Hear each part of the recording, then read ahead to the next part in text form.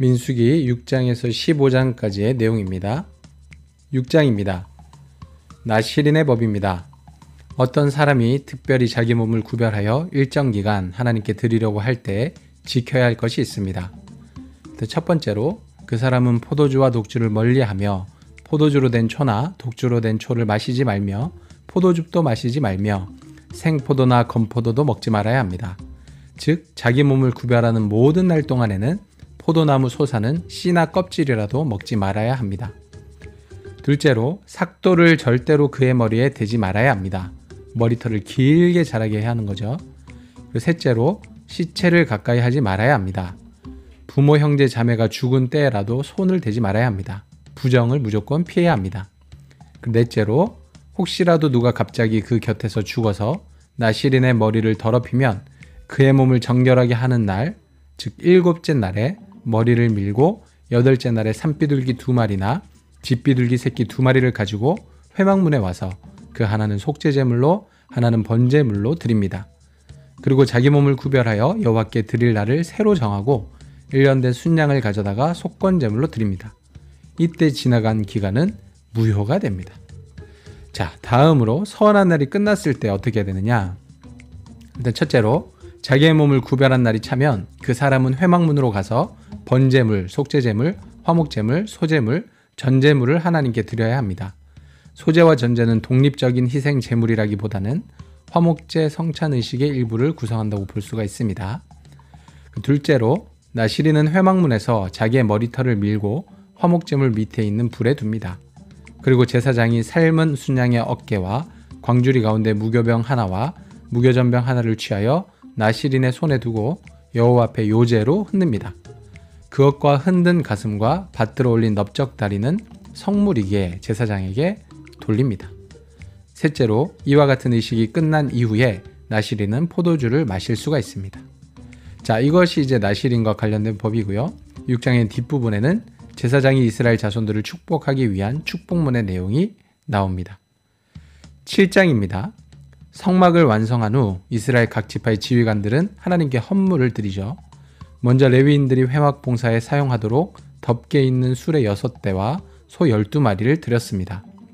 게르손 자손들에게 수레 2과 소 4마리를 주고 므라리 자손들에게 수레 4과 소 8마리를 주어 성막을 이동할 때 사용하도록 했죠. 고앗 자손들은 성물들을 어깨에 메고 이동을 했기 때문에 따로 수레나 소를 주지 않았습니다.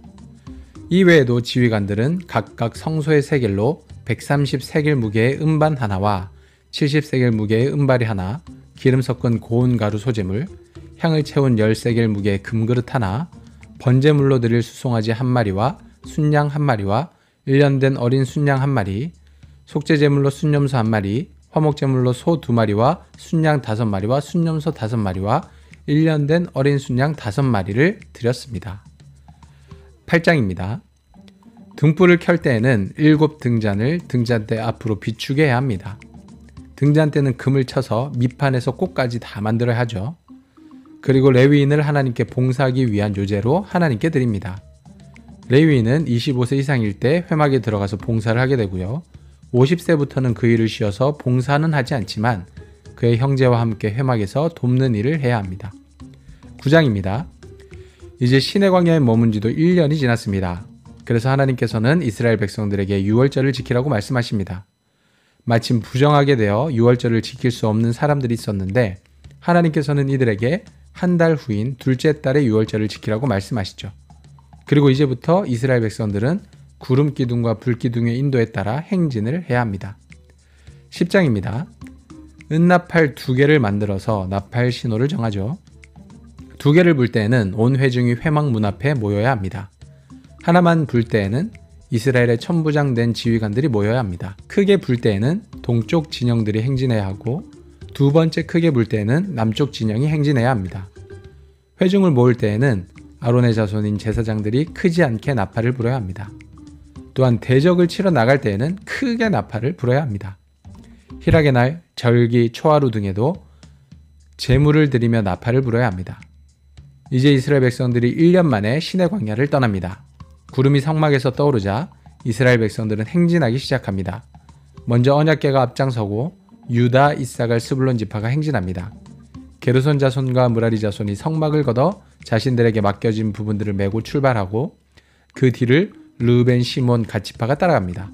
다음으로 고앗 자손이 성물을 메고 행진을 하고 그 뒤를 에브라임, 므낫세, 베냐민, 단, 아셀, 납달리 지파가 따라갑니다.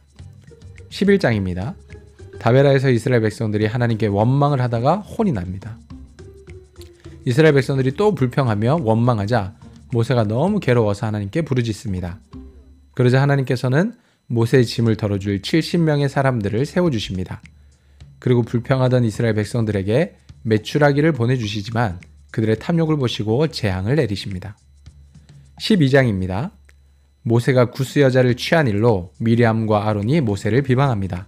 그런데 너무 교만하게 행동을 합니다. 이에 하나님께서는 미리암에게 나병을 걸리게 하셔서 큰 교훈을 주시죠. 13장입니다. 이스라엘 백성들이 가데스 바네아에 이르러 각 지파에 한 명씩 정탐꾼을 뽑아 가나안 땅에 보냅니다. 40일 동안 정탐을 하고 돌아왔는데요. 여호수아와 갈렙 외에는 모두 부정적인 이야기를 했습니다. 땅은 좋으나 그 땅에 있는 민족들이 너무 강하다는 것이죠. 14장입니다. 이에 이스라엘 백성들은 모세와 아론을 원망하며 밤새도록 통곡합니다. 그러자 하나님께서는 그들에게 광야 생활 40년을 선고하시고 1차 인구조사에 들었던 사람들 중 여호수아와 갈렙 외에는 아무도 약속의 땅에 들어가지 못할 것이라 말씀을 하십니다. 즉 완전히 바뀐 다음 세대가 그 땅에 들어갈 것이라고 말씀을 하신 것이죠. 15장입니다. 하나님께서 약속하신 가나안 땅에 들어갔을 경우 어떻게 화제나 번제나 서원을 갚는 제사나 낙헌제나 정한 절기제를 드려야 하는지에 대한 규례가 나옵니다. 이러한 제사들은 소제와 전제를 함께 드려야 하죠. 안식일 주수에 대해 강조를 하고 옷단 귀의 술을 만들어 청색끈을 그 귀의 술에 더하라고 말씀을 하십니다. 이 술을 볼 때마다 하나님께서 주신 계명을 기억하라는 것이죠. 오늘의 말씀을 정리합니다. 하나님께서는 이렇게 이스라엘 백성들에게 질서를 세우게 하시고 하나님의 법에 따라 살아가도록 훈련하십니다. 이러한 훈련을 받을 때 중요한 것은 겸손과 믿음입니다. 아론과 미리암 같이 자신들이 잘났다고 착각해서도 안 되고 이스라엘 백성들과 같이 약속의 땅을 앞에 두고 강대한 민족들 때문에 믿음이 약해져서도 안 됩니다. 하나님께서 우리를 부르셨고 하나님께서 인도하십니다. 내 앞에 있는 여러 가지 문제들은 내 힘으로 해결하는 것이 아니라 하나님의 능력으로 해결해야 하는 것입니다.